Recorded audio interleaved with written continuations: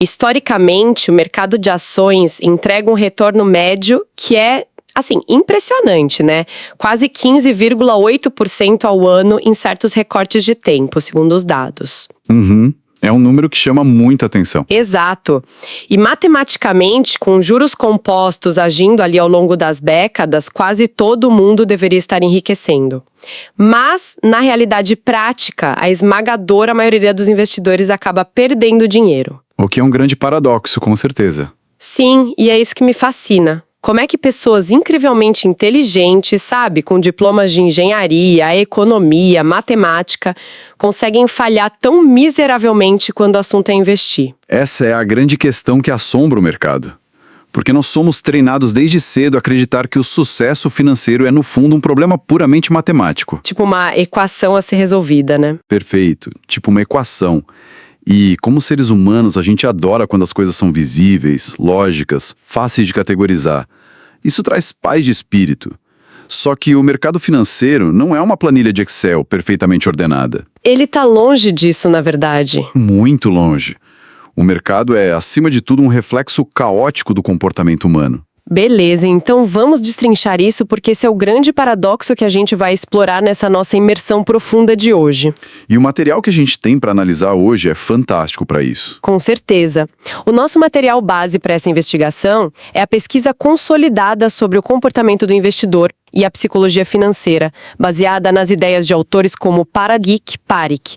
E é fundamental deixar bem claro para quem está nos acompanhando agora, o objetivo desse nosso mergulho não é, de forma alguma, dar dicas de quais ações comprar na semana que vem. Nem pensar, a gente não vai dar recomendação de carteira aqui. Exatamente. A missão aqui é oferecer um atalho definitivo, uma lente de aumento para quem nos escuta entender como a própria mente funciona diante da incerteza e do risco. Queremos decodificar o comportamento, sabe? Evitar aquela sobrecarga de informação inútil. O que é super importante. Porque antes de entender por que a gente toma decisões tão desastrosas, a gente precisa olhar para a base. E aí que eu noto uma coisa bizarra. As pessoas nem sequer concordam sobre o que estão fazendo. Existe uma bagunça conceitual gigantesca sobre a própria palavra investimento. Sem dúvida.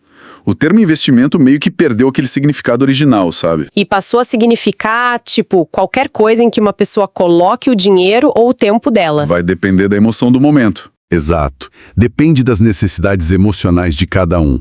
O material ilustra isso muito bem com uma situação super comum.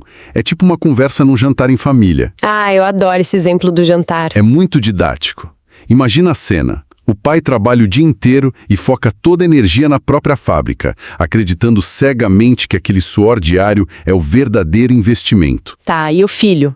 O filho, por outro lado, quer pegar o dinheiro para especular na bolsa de valores, porque ele ouviu dizer que os amigos estão ficando ricos operando ali no curtíssimo prazo. Para o filho, investir é adrenalina pura. Sim, é o cassino dele, né? E o resto da família na mesa? Aí tem a filha.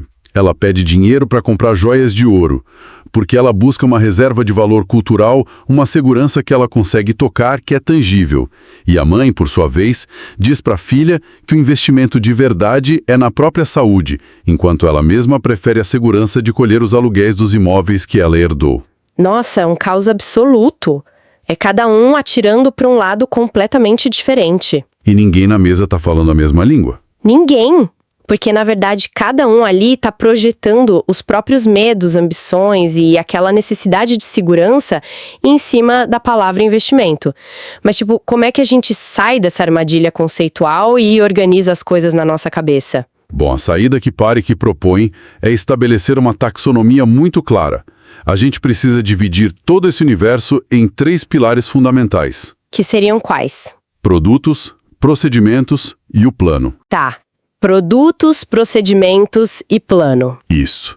A gente tem que separar isso mentalmente. Produtos são as ferramentas financeiras em si. Sabe, ações, títulos do governo, imóveis, fundos, ouro. O ativo físico ou digital. Exato.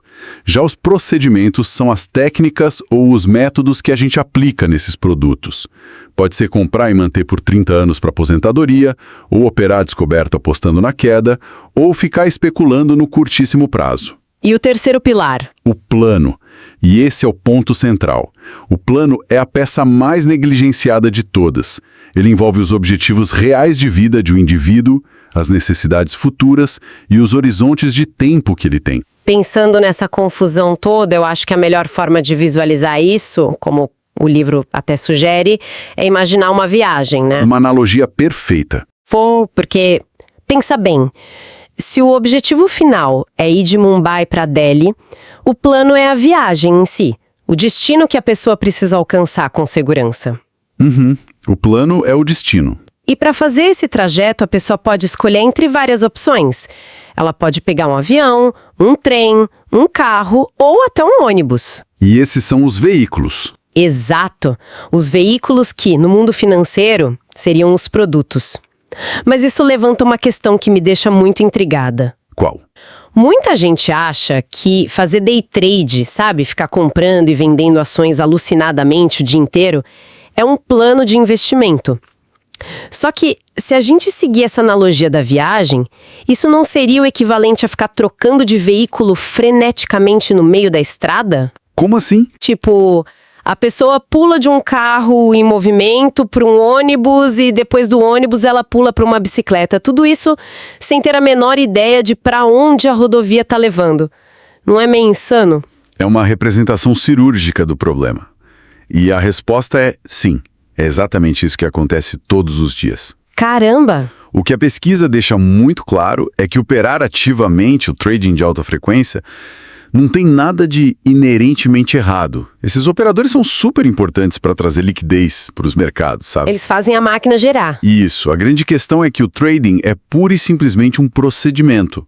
É só isso. Não é um plano de vida. De jeito nenhum. O desastre absoluto, aquela ruína financeira que a gente vê, acontece quando uma pessoa comum confunde esse procedimento altamente especulativo com um verdadeiro plano de investimento. Ah, entendi. Aquela coisa de criar uma carteira para garantir a aposentadoria ou pagar a faculdade dos filhos no futuro. Exatamente. Sem um plano diretor de longo prazo bem definido, os produtos e os procedimentos deixam de ser ferramentas úteis e viram armadilhas muito perigosas. Certo. Então, se o plano é a peça central e a gente já sabe para onde quer ir nessa viagem, como a gente define o sucesso ao longo do tempo? Essa é uma transição importante. Por quê? Se o objetivo de quem investe é fazer o dinheiro crescer, o material mostra que existem duas mentalidades muito diferentes no mercado sobre como isso deve acontecer, né? E a nossa análise contrasta muito bem essas duas visões. Sim, o material divide o comportamento do investidor nessas duas grandes abordagens estratégicas. A primeira é o foco no fluxo de caixa. Fluxo de caixa, ok. Essa é a abordagem baseada em fundamentos reais de negócios.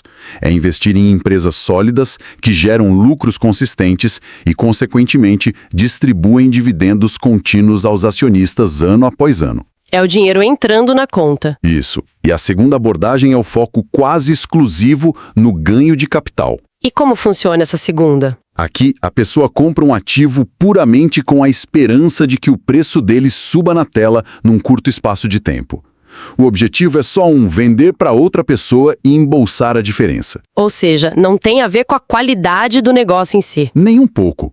No fundo, essa segunda mentalidade não está focada no valor intrínseco da empresa, mas sim na pura especulação sobre o preço. E aqui entra uma analogia que eu considero brilhante, que eu acho que o pessoal que está ouvindo vai adorar, que é a lei da fazenda. A lei da fazenda é fantástica. É o conceito de comparar o mundo dos investimentos a ter uma fazenda de laticínios versus ter uma fazenda de gado de corte.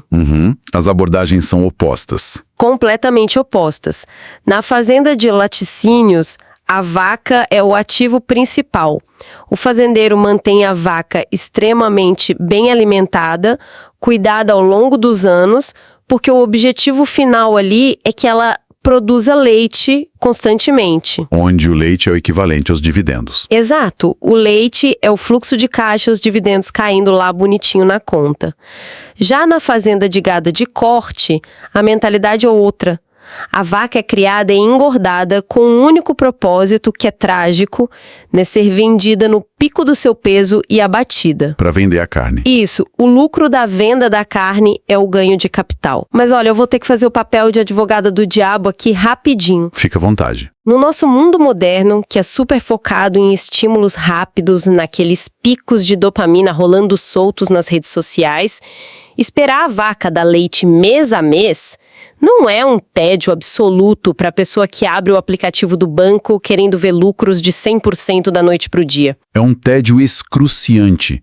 É quase uma tortura para a mente ansiosa. Imagino. Mas o detalhe é que essa impaciência por estímulos rápidos é exatamente o que leva as pessoas à ruína no longo prazo. E é por isso que a lei da fazenda é tão vital para entender o mercado. Por causa do tempo de maturação? Exatamente. A natureza tem regras que são inegociáveis. Um agricultor sabe perfeitamente que não se pode plantar uma semente numa terça-feira, gritar com a terra e exigir colher os frutos na quarta-feira de manhã. Não tem como dar um grito na semente para ela crescer mais rápido. Não tem. As coisas levam tempo para maturar. E quando a gente ignora essa lei biológica básica e tenta forçar o tempo dos mercados financeiros, a gente acaba criando bolhas de destruição de riqueza. Os dados daquela empresa indiana, a Infosys, lá nos anos 2000, são um exemplo perfeito dessa loucura, né? Sem dúvida. É um estudo de caso assustador da Bolha.com. O que aconteceu lá exatamente. Naquela época de euforia descontrolada com a internet, as ações da Infosys atingiram valores astronômicos. Tipo, subiram muito rápido. Muito. Para se ter uma ideia clara, a empresa alcançou um valor de mercado de dezenas de bilhões de dólares em muito pouco tempo. O que a pesquisa de Parik demonstra é que para justificar matematicamente aquela montanha absurda de dinheiro, a empresa teria que continuar crescendo as suas receitas a uma taxa completamente real. Em real, tipo quanto? Algo em torno de 85% ao ano. 85% ao ano? Sim. E isso durante uma década inteira sem parar. Meu Deus, o que seria um milagre logístico, para dizer o mínimo. Seria muito mais que um milagre. Porque os cálculos mostram que, se eles conseguissem manter essa taxa ilusória, em 10 anos, a Infosys sozinha teria um valor equivalente a todo o PIB dos Estados Unidos daquela época. Peraí, o PIB inteiro dos Estados Unidos? O PIB inteiro dos Estados Unidos concentrado numa única empresa de tecnologia indiana. Nossa, ou seja, uma impossibilidade matemática, física e econômica absoluta. Completamente absurdo. O mercado inteiro estava, na verdade, apostando o futuro no gado de corte. Isso mesmo. O pessoal estava especulando o preço do abate e estava completamente cego pela ganância, ignorando o limite biológico e físico de quanto leite aquela empresa conseguiria produzir na vida real. Perfeitamente colocado. E aí o que o mecanismo de mercado faz quando essa ilusão toda quebra? Ele pune severamente. Ele pune com força. A realidade bateu a porta e a ação despencou violentamente. Tipo, fortunas evaporaram do dia para a noite. Um pesadelo. Quem comprou no topo daquela euforia toda buscando o ganho de capital rápido foi financeiramente aniquilado. No entanto, e aqui tá a grande lição de ouro da fazenda de laticínios, teve gente que se deu bem. O pessoal que segurou. Exato. O investidor que analisou a empresa pelos fundamentos reais lá no início, focando na capacidade dela de gerar caixa e apenas segurou o ativo ao longo de uma década, ignorando o pânico da queda. Ignorando a queda. Esse investidor viu o patrimônio compor a retornos extraordinários de quase 80% ao ano no longo prazo. Caramba, e a nossa análise hoje até cita outros casos parecidos, né? Como a Hiro Honda, que também teve históricos impressionantes de lucros de 41% ao ano, para quem teve paciência. Sim, o padrão se repete. Os números são super frios, e eles provam por A mais B que a vaca leiteira e o foco no longo prazo vencem o jogo. Então, tipo, se a matemática tá esfregada na nossa cara desse jeito, por que é tão difícil seguir o plano? A resposta está em como a sociedade moderna mede o esforço humano. Como assim? Segundo a pesquisa, existem, em essência, 3 caminhos principais que as pessoas tentam trilhar para obter sucesso nos investimentos. 3 caminhos, tá? O primeiro é o que eles chamam de caminho intelectualmente difícil. Este é o caminho percorrido por mentes brilhantes do mercado, como um Warren Buffett da vida. Ah, que é a exceção da exceção. Exato. Ele exige o estudo silencioso de milhares de páginas financeiras chatíssimos, exige a compreensão de vantagens competitivas de longo prazo e uma paciência inabalável para não fazer nada por meses ou anos a fio. Mas vamos combinar que a grande massa passa bem longe desse primeiro caminho, né? A maioria esmagadora mergulha de cabeça no segundo caminho. Que é o caminho fisicamente difícil. Esse eu acho hilário e trágico ao mesmo tempo. Porque a figura daquele operador de mercado, suando frio na frente de 3 monitores piscando números em vermelho e verde, consumindo notícias desesperadamente 24 horas por dia. É o retrato do caos. Sim, é o sujeito que marca almoço de negócios frenético e tem taquicardia cada vez que sai o número da inflação ou o discurso de um político na TV. Mas peraí, eu preciso contestar uma coisa aqui. Diga. Isso vai contra tudo que a gente aprende desde a infância. Sabe, na escola a regra é muito simples, se um aluno estuda o triplo das horas, a tendência é que ele tire uma nota maior. O suor e a hiperatividade sempre foram sinônimos de recompensa na nossa cultura. É a nossa visão de mundo tradicional. Então, o mercado financeiro é realmente o único lugar do universo onde suar a camisa, tentar ativamente antecipar notícias e agir sem parar faz a pessoa perder dinheiro. Essa é uma provocação excelente. E a resposta, por mais dolorosa que seja, é sim. Na grande maioria das vezes, o mercado financeiro pune o excesso de ação. Que loucura. É que nós temos um viés psicológico fortíssimo que correlaciona exaustão com competência. A gente acha que tem que estar sofrendo para dar certo. Exatamente. A gente acredita que se estamos hiperativos, ansiosos e cansados, estamos magicamente controlando o resultado das coisas. Tem até aquela anedota hilária no livro, né, do gestor de fundos. Ah, sim, do telefone. Isso, que ele deixava o telefone do escritório tocar sem parar até cair na secretária eletrônica, mesmo estando sentado ali na mesa, sem fazer nada, só para transmitir a ilusão para os outros de que ele era uma pessoa extremamente requisitada e importante. Então, o que isso tudo significa? Que a gente está confundindo exaustão com competência o tempo todo. Mas investir não é sobre mover caixas pesadas no armazém. É sobre alocação racional de capital. São músculos diferentes. Totalmente. E é por isso que surge a alternativa viável para o investidor comum. Para aquela pessoa que não tem o intelecto de um Buffett, mas que também quer fugir da insanidade do day trade. Que é o terceiro caminho. O caminho emocionalmente difícil. Exato, o caminho emocionalmente difícil. Que, cá entre nós, parece super simples no papel, mas é uma tortura na prática. Que o caminho emocionalmente difícil significa criar regras sólidas e ter a coragem de ignorar a manada. Fazer o oposto do que todo mundo está fazendo. Basicamente, significa não comprar um ativo lá no topo da bolha quando todo mundo na vizinhança está contando vantagem no churrasco sobre como está enriquecendo fácil. E a parte da queda? E significa não vender tudo no desespero quando os analistas na TV estão gritando que a economia global vai colapsar na próxima segunda-feira. Mas por que não agir junto com a multidão dói tanto fisicamente na gente? Porque não é apenas uma questão de teimosia de quem está operando. É algo biológico, não é? Nós somos descendentes dos primatas que andavam em bandos. Com certeza, a nossa evolução explica isso. Porque pensa bem, lá na savana africana, ir contra a multidão significava ser devorado por um predador. O nosso cérebro grita que seguir a manada é a única forma de sobreviver. É o nosso instinto de sobrevivência tribal tomando as rédeas da razão, passando por cima da lógica. Porque na savana, se todos corriam para a direita e você parava para analisar, já era. Exato. Quem parava para analisar os fundamentos lógicos de ir para a esquerda acabava virando o almoço de leão. Mas a grande questão é, o mercado financeiro de hoje não é uma savana. Os predadores são outros. São outros.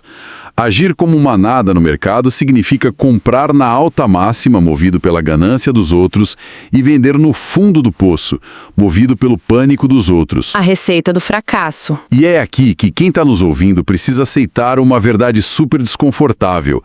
Seres humanos simplesmente não são agentes racionais e puramente lógicos, tomando decisões perfeitas. Nem um pouco. Nós somos criaturas com emoções profundas, que ocasionalmente usam planilhas matemáticas para tentar justificar as nossas próprias emoções. Isso é forte. E isso entra em conflito direto com toda aquela base teórica engessada que eles ensinam nas faculdades de economia, certo? Aquela teoria econômica clássica que defende a famosa hipótese do mercado eficiente. Nossa, entra num conflito brutal. Porque a teoria clássica assume que os mercados operam com eficiência perfeita.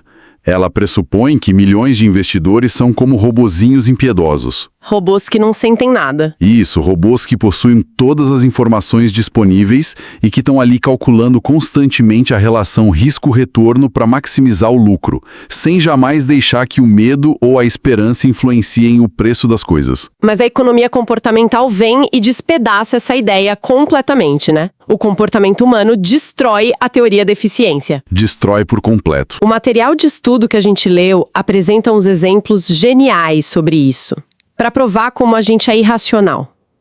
O primeiro é aquela anedota bem clássica da nota de dinheiro ou da moeda caída na rua. Essa anedota é perfeita para ilustrar a teoria clássica. Porque, pela ótica estrita da teoria, seria literalmente impossível que uma moeda de baixo valor, tipo 5 rúpias, estivesse caída ali no meio de uma avenida movimentada. Como assim? É impossível. Impossível porque num mercado perfeitamente eficiente, onde todos os atores buscam maximizar o seu lucro instantaneamente, alguém já teria percebido o valor daquela moeda e pego antes mesmo dela parar de rolar no chão. Mas olhando para a vida real e para o asfalto aí da sua rua, a gente sabe que as moedas estão lá. Ninguém se importa 100% do tempo. Exato. As ineficiências existem o tempo todo porque não somos robôs. Tem um outro exemplo corriqueiro na nossa análise que eu acho fascinante, que é sobre o ato de dar gorjeta, sabe, nos restaurantes. Que lá fora, em inglês, traz a sigla TIPS. Que originalmente significava para garantir um serviço rápido, né? Isso. E olha que loucura, se a nossa mente fosse mesmo um computador desenhado para maximizar benefícios e nós quiséssemos o melhor serviço possível de um garçom num jantar, a lógica pura diria que a gente deveria entregar o dinheiro antes de fazer o pedido. Seria o mais lógico. Toma aqui o dinheiro, agora me trata bem. Exato. Aqui tá a grana, agora me sirva como realeza. Mas o que a gente faz na prática? Nós damos o dinheiro no final. E pior ainda, muitas vezes a gente dá a gorjeta mesmo quando o atendimento foi um desastre e a comida chegou fria na mesa. O que derruba a teoria da maximização de benefícios. E por que fazemos isso? Por pura pressão social, por conformidade tribal, pelo medo genuíno de parecermos rudes perante pessoas desconhecidas.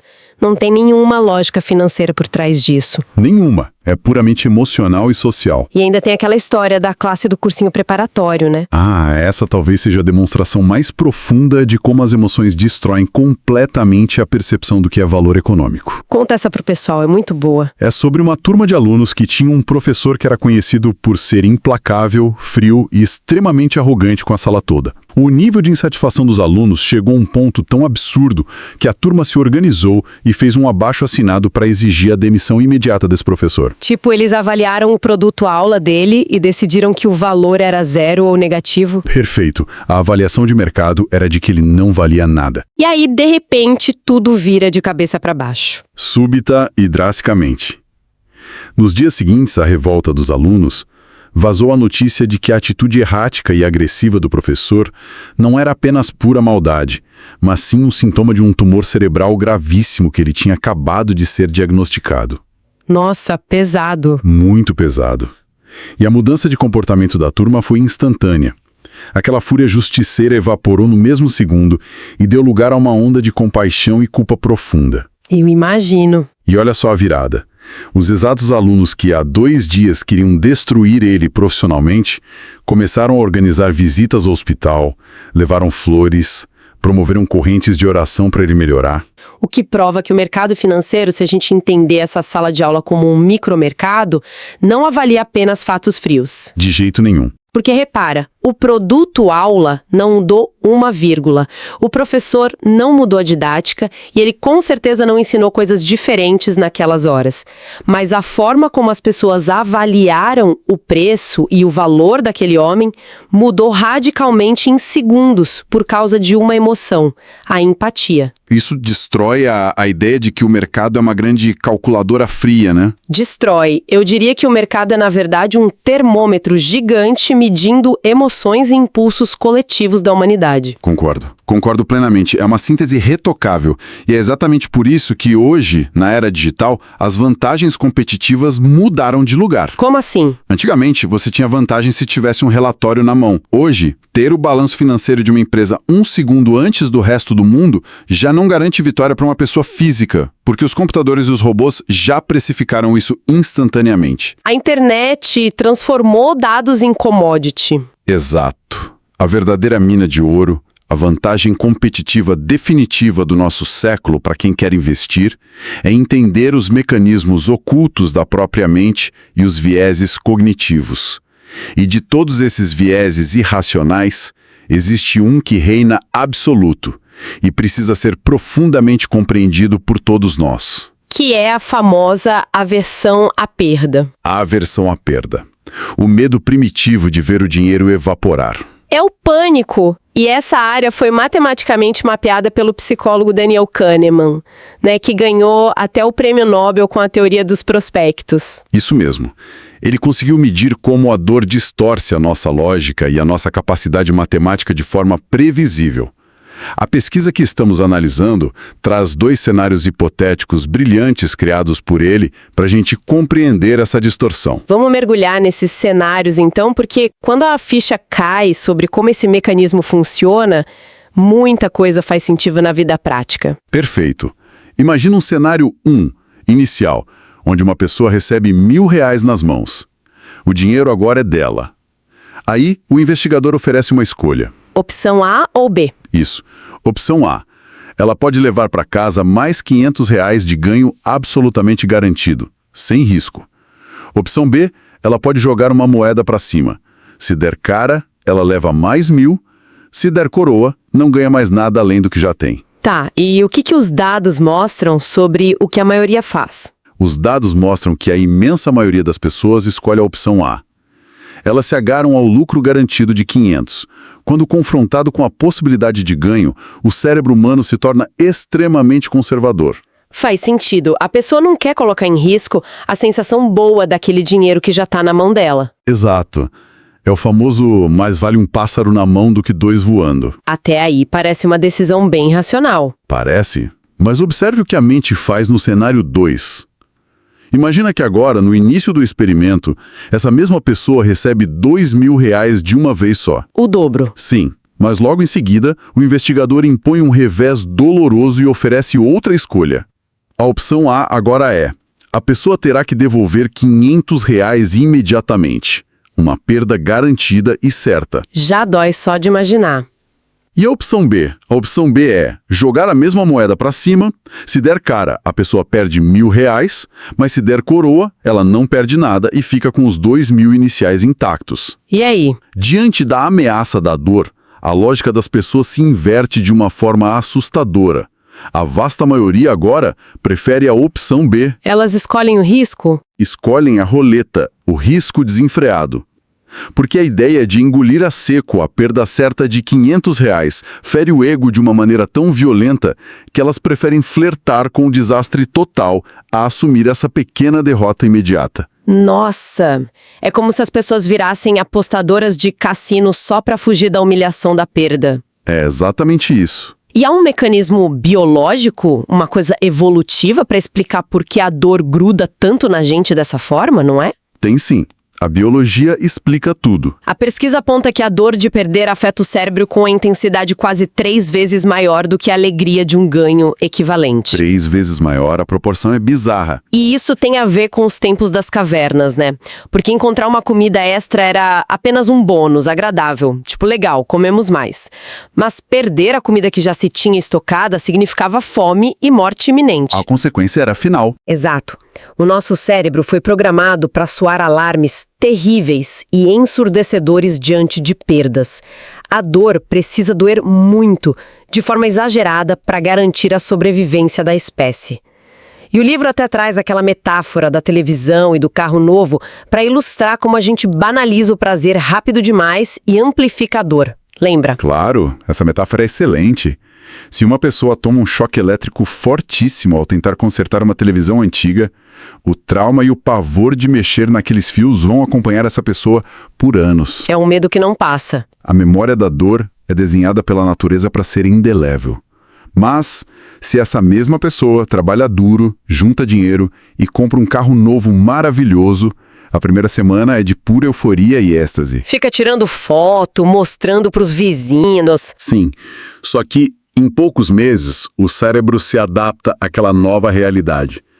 O carro que era maravilhoso torna-se apenas uma ferramenta chata e comum para ir para o trabalho e fica preso no trânsito. O prazer escorrega rapidamente pelo ralo da normalidade, mas a dor do choque elétrico de anos atrás permanece lá, vívida e assustadora. É o nosso design interno. Tá, e trazendo toda essa psicologia pesada de volta pro asfalto sangrento do mercado de ações, como é que essa dor aguda faz as pessoas destruírem o próprio patrimônio na prática do dia a dia? O material que a gente avalia ilustra isso muito bem com o destino trágico de um especulador. A história chama ele de Sudhir, só pra gente entender o arquétipo. O que o Sudhir fez? Ele comprou ações de uma empresa chamada VisualSoft, bem no meio de uma euforia especulativa pesada. Ele pagou 3.000 rúpias por ação. Ok. E aí, movida por um furor irracional geral do mercado, a ação disparou para estratosféricos 9.500. Caramba, ele triplicou o dinheiro. Triplicou. Só que ele não vendeu. A ganância sussurrava no ouvido dele que o preço subiria para sempre, que ele era um gênio. E não subiu, né? Obviamente não. Como toda lei da física exige, a gravidade agiu. A bolha da tecnologia estourou e a ação colapsou brutalmente para cerca de 400. De 9.000 para 400? De 9.500 para 400. O capital dele foi quase inteiramente desintegrado. Nossa, deve ser um pesadelo matemático e emocional muito difícil de lidar. E aí, quando confrontado com a tela do computador vermelha mostrando aquele abismo de 400, qual foi a atitude dele? Ele vendeu e foi embora? Não, ele ficou completamente paralisado pelo viés da aversão à perda. A dor psicológica de clicar no botão de venda, sabe? De realizar o prejuízo gigantesco e admitir para si mesmo e para a esposa que ele havia cometido um erro estúpido era grande demais. O ego dele não suportou o peso do fracasso real. Não suportou. Então, de forma obstinada e quase delirante, o Sudhir declarou para os amigos uma frase clássica: "A partir de agora, eu sou um investidor de longo prazo." Uau! Olha que maluquice! Ele não apenas manteve uma ação falida na carteira sangrando, ele foi além. Ele alterou a própria identidade narrativa dele para não ter que lidar com o choque de realidade. E essa é a armadilha final, a mais perigosa de todas. A dor de admitir a perda cria ilusões que são confortáveis. Mentiras que a gente conta pra gente mesmo. Não apertar o botão de vender. Isso. Ele congela o próprio dinheiro, o patrimônio da família, em ativos que são verdadeiros zumbis por décadas, nutrindo aquela esperança que estatisticamente é nula de que um dia o preço volte ao que ele pagou lá atrás. E tudo isso apenas para que ele possa vender, sair no 0 a 0 e limpar a própria consciência financeira de que não foi um derrotado. Cara, que pesado. E assim, fortunas inteiras ficam presas não por erros matemáticos nas planilhas, mas pela recusa do ego em sangrar um pouquinho no curto prazo. É o ego destruindo o patrimônio. Isso é denso e incrivelmente poderoso e nos leva ao encerramento da nossa imersão de hoje. Para quem está com a gente até agora, eu acho legal a gente recapitular os 4 pilares fundamentais de tudo que a gente destrinchou aqui. Excelente, vamos fazer isso. Porque é uma verdadeira virada de chave mental. Primeiro, o termo investimento é inútil se ele estiver desconectado de um propósito real. Não se chega a lugar nenhum trocando de veículo freneticamente no meio da estrada se não houver um plano de viagem bem definido. Sem plano, você é só um pagador de taxas para as corretoras. Exato. Segundo pilar, o segredo da sanidade financeira no longo prazo é focar na vaca leiteira, olhar para os fundamentos reais e para o fluxo de caixa, resistindo àquela tentação de ficar criando gado para o abate especulativo. A lei da fazenda nunca falha. Terceiro, a gente precisa entender que ignorar a manada e seguir o caminho emocionalmente difícil vai doer fisicamente em nós, pois isso vai contra milênios de evolução humana tribal. Mas tentar compensar isso com suor Estresse na frente da tela e hiperatividade é garantia de prejuízo. Falsas sensações de controle. Sim. E quarto e último pilar, a gente tem que entender a matemática obscura do nosso próprio cérebro. A dor de uma perda fere a nossa psique 3 vezes mais do que a alegria de um ganho. E é esse medo irracional e primitivo que nos faz segurar ativos falidos e alterar nossa própria identidade só para evitar a sensação amarga do fracasso. Se me permite adicionar algo nesse final, a nossa investigação de hoje, de todo esse ecossistema comportamental, me leva a uma reflexão final que eu gostaria muito de deixar para quem está nos ouvindo pensar depois. Por favor, manda ver. No passado corporativo, a grande vantagem competitiva, seja nos negócios, na carreira ou na bolsa de valores, era deter a informação. Era você saber do balanço da empresa ou do acordo sigiloso antes que os outros soubessem. Você tinha o dado primeiro. Era o poder da informação privilegiada. Isso. Mas hoje, a gente vive a era do dilúvio de dados. A informação está muito barata. Ela está disponível no celular de todo mundo em milissegundos. E por isso, a informação deixou de ser o grande diferencial de mercado. E aí eu pergunto, e se a sua maior vantagem competitiva, daqui para frente, não apenas para o seu bolso, mas para as grandes decisões da sua trajetória, não for a sua capacidade de consumir mais planilhas ou notícias que o seu concorrente? O que seria, então? E se o verdadeiro superpoder moderno for simplesmente ser a única pessoa naquela mesa de reunião capaz de respirar fundo, olhar para o caos de dados e reconhecer a própria irracionalidade e o pânico emocional, antes de tomar uma atitude irreparável? Olha, é um pensamento que muda as regras do jogo. Muda tudo. É o autodomínio. Voltando ao que a gente ponderou lá no início da conversa, né? A engenharia obedece a leis rigorosas da física. Um viaduto lá na rua sustenta os carros porque o cálculo estrutural que fez ele não sente angústia. O concreto não sente ansiedade de ficar de fora, nem medo do colapso.